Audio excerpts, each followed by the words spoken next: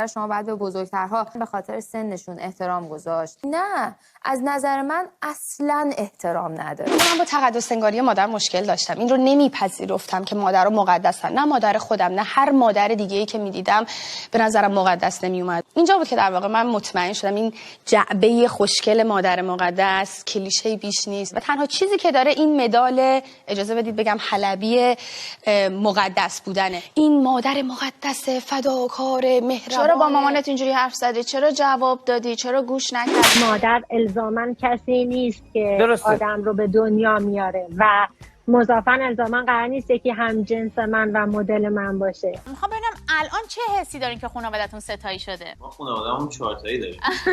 دو قلوئه؟ سگ ما رو حساب نکردیم. آها عزیزم. قراره که سگ کوچولومون یه خواهر داشته باشه. عزیزم مبارک باشه، مبارک باشه. پسرم تئودور، این نفس منه. بشین مامان، بشین پسرم. من خانم خوشگله. مامان بو نکن. مامان دیدو میشه. چون میمردم واسه یه لحظه بغله. بگردم کجا.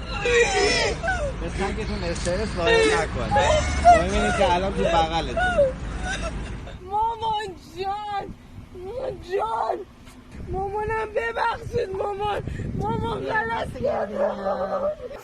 عزیزم بیا بغلم. بیا ببین چی کشیدم بدون تو. آخه میشناسه دیگه صاحبش. میخوام از دست جمهوری اسلامی خلاص بشم، از شر جمهوری اسلامی خلاص بشم، آزادی داشته باشم. دلم میخواد یه زندگی نرمال داشته باشم. زن، زندگی، آزادی. مردم ایران کرامت انسانی میخوان و تا جمهوری اسلامی هست کرامت انسانی نخواهند داشت.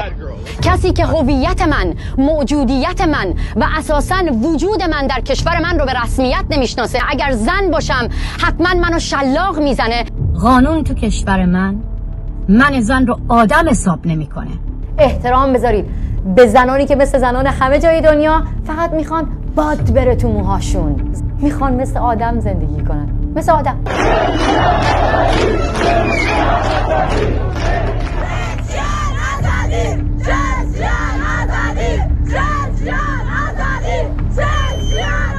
بر اساس قانون جمهوری اسلامی نیمی از جمعیت کشور از دیدگاه خامنه‌ای اصلا آدم نیستن. من از دیدگاه خامنه‌ای اصلا آدم نیستم چون زنم. خسته شدم از تمام این سالهایی که تحقیرمون کردیم. زبانه میزنم به روی زخم برتنم، فقط به حکم بودنم که من زنم چو هم صدا شویم و با به پای هم رویم و دست به دست هم دهیم و از ستم رها شویم.